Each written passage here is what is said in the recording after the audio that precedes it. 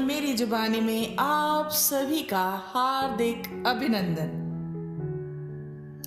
एक घने जंगल में एक पेड़ की खो में एक चकोर रहता था। उसी पेड़ के आसपास कई और पेड़ थे जिन पर फल और बीज उगते थे। उन फलों और बीजों से पेट भरकर चकोर मस्त पड़ा रहता। इसी प्रकार कई वर्ष बीत गए। एक दिन उड़ते उड़ते एक और चकोर सांस लेने के लिए उस पेड़ की टहनी पर बैठा। दोनों में बातें हुई। दूसरे चकोर को यह जानकर आश्चर्य हुआ कि वह केवल पेड़ों के फल व बीज चुगकर जीवन गुजार रहा था। दूसरे चकोर ने उसे बताया, भाई, दुनिया में खाने के लिए फल और बीज ही नहीं होते, और भी कई स्वादिष्ट चीजें हैं, उन्हें भी खाना चाहिए। खेतों में उगने वाले अनाज तो बेजोड़ होते हैं, कभी अपने खाने का स्वाद बदल कर देखो तो सही। दूसरे चकोर के उड़ने के बाद वह चकोर सोच में पड़ गया। उसने फैसला किया कि कल ही वह दूर नजर आने वाले खेतों की ओर जाएगा, उस अनाज नाम की चीज का स्वाद चखकर देखेगा।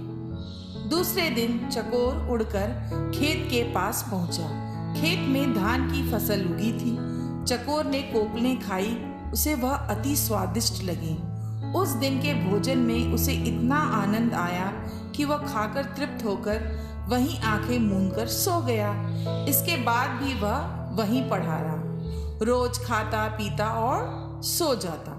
6-7 दिन बाद उससे सुध आई कि उसे घर भी लौटना चाहिए।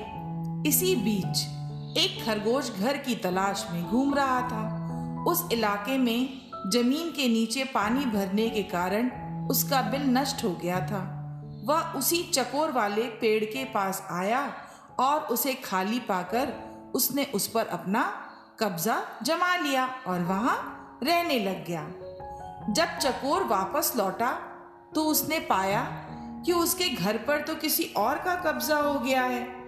चकोर क्रोधित होकर बोला, ए भाई, तुम कौन हो और मेरे घर में क्या कर रहे हो? खरगोश ने दांत दिखाकर कहा, मैं इस घर का मालिक हूँ। मैं 7 दिन से यहाँ रह रहा हूँ। यह घर मेरा है। चकोर गुस्से से फट पड़ा। 7 दिन? भाई, मैं इस खो में कई वर्षों से रह रहा हूँ। किसी भी आसपास के पंछी या चौपाए से पूछ लो। खरगोश चकोर की बात काटता हुआ बोला, सीधी सी बात है, मैं यहाँ आया, यह कोटर खाली पड़ी थी और मैं यहाँ बस गया। मैं क्यों अब पड़ोसियों से पूछता फिरूं? चकोर गुस्से में बोला, वाह, कोई घर खाली मिले तो क्या इसका यह मतलब हुआ कि उसमें कोई रहता नहीं? मैं आखिरी बार कह रहा हूं कि शराफत से मेरा घर खाली कर दे, वरना।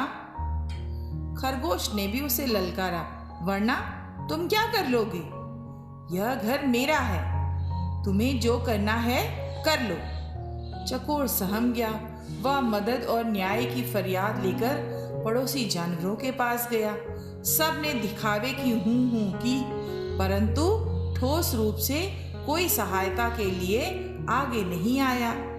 एक बूढ़े पड़ोसी ने कहा, ज्यादा झगड़ा बढ़ाना ठीक नहीं होगा। तुम दोनों आपस में कोई समझौता कर लो। पर समझौते की कोई सूरत नजर नहीं आ रही थी, क्योंकि खरगोश किसी भी शर्त पर कोटर छोड़ने को तैयार नहीं था।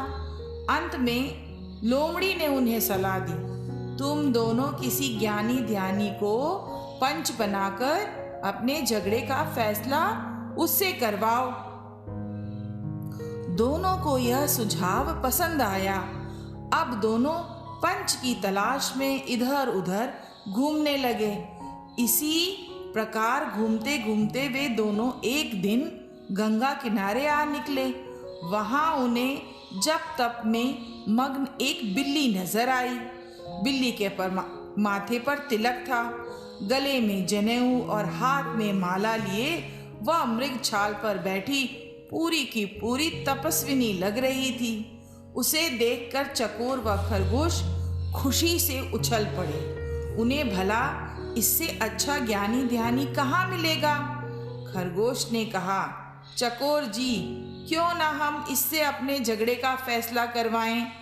चकोर पर भी बिल्ली का अच्छा प्रभाव पड़ा था, पर वह जरा घबराया हुआ था। चकोर बोला, मुझे कोई आपत्ति नहीं है, पर हमें जरा सावधान रहना चाहिए। खरगोश पर तो बिल्ली का जादू चल गया था।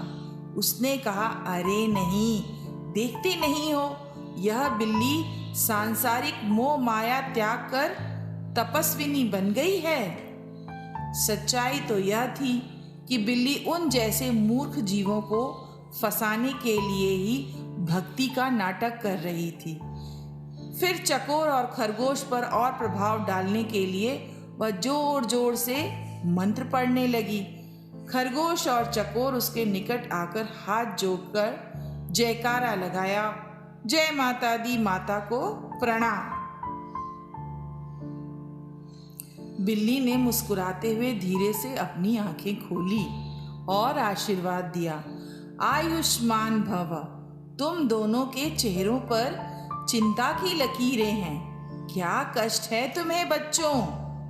चकोर ने विनती की, माता, हम दोनों के बीच एक झगड़ा है। हम चाहते हैं कि आप उसका फैसला करें। बिल्ली ने पलकें झपकाई, हरे राम, तुम्हें झगड़ना नहीं चाहिए, प्रेम और शांति से रहो।